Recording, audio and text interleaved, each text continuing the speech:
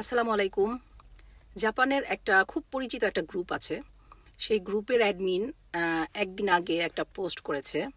তো পোস্টটা এরকম ছিল যে আ জাপানে বাংলাদেশীদের মধ্যে অনেক জনপ্রিয় একজন কনটেন্ট ক্রিয়েটরের ভিসা কেটে ৩০ দিন দেওয়া হয়েছে।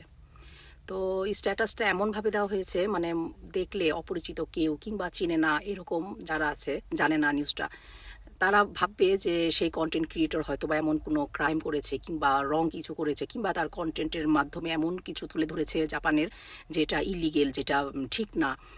কিংবা এমন জায়গায় ভিডিও করেছে, জাপানে তো অনেক জায়গায় রেস্ট্রিকশন দেওয়া আছে, ভিডিও করা নিষেধ। হসপিটালের যেখানে ডক্টরের চেম্বার, তারপরে স্কুল কলেজে বিভিন্ন সময় ভিডিও করা নিষেধ। কনভেনিয়েন্ট স্টোরগুলোতে সেখানেও ভিডিও করা অ্যালাউ না। তো এরকম কিছু হয়তোবা কিংবা সে হয়তোবা এমন কোনো ক্রাইম করেছে, মারামারি কিংবা এরকম যাই হোক। তো এই কারণে হয়তোবা তার ভিসা কেটে ৩০ দিন দেওয়া হয়েছে। তো আরও অনেক ভিসা কাটার আরও অনেক রিজন আছে, হয়তোবা এরকম কারণে ভিসা কেটে দেওয়া হয়েছে। আসলে ব্যাপারটা এমন না। মানে যেহেতু বলা হয়েছে যে খুব জনপ্রিয় কন্টেন্ট ক্রিয়েটর, তাহলে সে যদি নেগেটিভ ভিডিও মেক করতো কিংবা এরকম ইলিগেল ভিডিও মেক করতো তাহলে এতটা জনপ্রিয় কিন্তু হতো না, তাই না? তাহলে অবশ্যই সে যেহেতু জনপ্রিয় কন্টেন্ট ক্রিয়েটর, তাহলে অবশ্যই সে অনেক ভালো কন্টেন্ট তৈরি করে কিংবা যেগুলা শিক্ষণীয় এরকম কিছু শেয়ার করে। তো সে এমন কিছুই তার মারামারি কিংবা ইলিগেল কাজ কিংবা খারাপ কিছু এরকম কিছুর জন্যই তার ভিসা কেটে ৩০ দিনে দেওয়া হয়নি। তার মূলত যে সে জব করত, যে হাকেন বলা হয় এখানে, মানে যেখানে জব এজেন্সিগুলো আছে সেটার মাধ্যমে সে যে জব করত, তার জবের সাথে তার সাবজেক্ট থাকে একটা, সেই সাবজেক্টের সাথে তার মিল ছিল না। মিল না থাকার কারণে তার ভিসাটা কেটে দেওয়া হয়েছে। এটা আগে এতটা ইম্পর্টেন্ট ছিল না কিংবা এতটা মানে খুঁটিয়ে দেখা হতো না। কিন্তু জাপান সরকার এখন পরিবর্তন হওয়ার কারণে, নতুন সরকার আসার পরে এই জিনিসটা মানে খুব ক্ষুদ্র ক্ষুদ্র জিনিস মানে ধরে ভিসা কেটে দেওয়া হচ্ছে। তো সেই কারণেই হয়তোবা তার এই সমস্যাটার কারণে তার ভিসাটা সমস্যা হয়েছে। কিন্তু কথা হচ্ছে যে সে এমন না যে জাপানে নতুন। জাপানে অনেক পুরনো, ভালোই বেশ মোটামুটি পুরনো। জাপানে আমরা যত বছর আছি, আমরা যতটুক জায়গা না চিনি, তার চাইতেও বেশি তার পরিচিত, তার যাতায়াত হয়, যেহেতু সে কন্টেন্ট ক্রিয়েটর। তারপরে সে জাপানের রুল জানে না, মেনটেন করে না, এরকম ব্যাপারটা না। সে সব রুল মোটামুটি মেনটেন করেই এত বছর চলে আসছে। তো এখন একটা প্রবলেম হয়ে গেছে যে সে তার মানে সাবজেক্টের সাথে কাজের মিল না থাকার কারণে। আমরা যতটুকু শুনেছি যে সেই এজেন্সিটার থেকে আরও আরও অনেক ফরেনার ওখানে জব করে, তাদেরও এই সমস্যাটার কারণে তাদেরও ভিসার সমস্যাটা হয়েছে। তো এইটা এমন না যে সে পরবর্তীতে আবার যদি অন্য কোনো অপশন, জাপানে থাকার অন্য কোনো অপশন না থাকে, সে বাংলাদেশ থেকে আবার আসতে পারবে না, এটা না। সে বাংলাদেশে গিয়ে আবার সাবজেক্টটা মিলিয়ে আবার জমা দিলে আল্লাহর রহমতে তার ভিসাটা আবার হয়েও যাবে, ইনশাল্লাহ হয়ে যাক।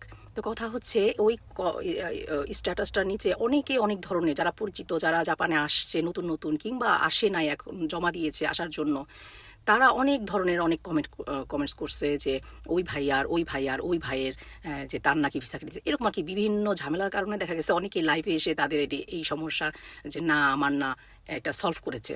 তো এটাই আর কি কথা। তার মধ্যে আরেকটা কথা আছে যে একটা মানুষের যদিও ভিসা নিয়ে এই প্রবলেমটা যদি হয়েও থাকে, এইভাবে বলাটা ঠিক হয়নি। কারণ সে তার মানে অন্য একজন শুনলে তার কতটুকু খারাপ লাগবে, আর তার নিজের ঘটনাটা অবশ্যই তার কাছে অনেক খারাপ লেগেছে। কারণ সে বেশ লং টাইম এখানে আছে, তার এমনও হতো যে ২-১ বছর পরে সে পার্মানেন্ট রেসিডেন্ট পেয়ে যেত, পার্মানেন্ট কাগজটা পেয়ে যেত সে। তো যাই হোক, তবে আমার কথা হচ্ছে এইভাবে নিউজগুলা পোস্ট না করে সুন্দরভাবে বলে ডিটেলস দেওয়ার দরকার ছিল, যাতে ওই ভাইটা যার ঘটনাটা করছে সেও যাতে, সে অবশ্যই দেখছে, দেখার পরে তারও যাতে কষ্ট না হয় কিংবা অন্য কোনো কনফিউশন থাকলে সেগুলোও অন্যের উপর, ঘাড়ের উপর না আসতো। এবং এটা আসলে আমার মনে হয় যে সুন্দর করে কিছু একটা। আর এই ভিসার ব্যাপারটা, এটার অনেক সেন্সিটিভ ব্যাপার। এইসব জিনিস আসলে কারো অনুমতি না নিয়ে এইভাবে প্রকাশ করাটাও ঠিক না। কারণ তার মনের অবস্থাটা কতটুকু মানে খারাপ হতে পারে, কষ্ট পেতে পারে। সে কদিন পর এখানে পার্মানেন্ট রেসিডেন্ট পেত, কতটুকু কষ্ট লাগার কথা ছিল। দোয়া করি সবার জন্য, সবার ভালো হোক।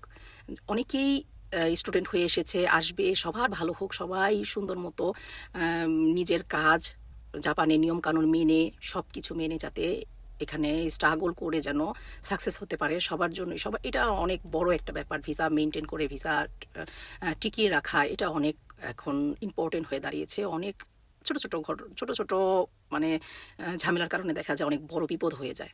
যাক, সবার জন্য দোয়া করি। আর এইরকম যাতে মেসেজ যাতে পোস্ট না করে কেউ, এটার জন্য সবাইকে অনুরোধ করি। কারণ সবাই এখানে আমরা দেখা যায় পরিবার পরিজন ছাড়া এখানে আছি, জাপানে আছি, সবাই সবার ভাই ভাই, সবাই সবার পরিচিত আপন হয়ে যাওয়ার মতো।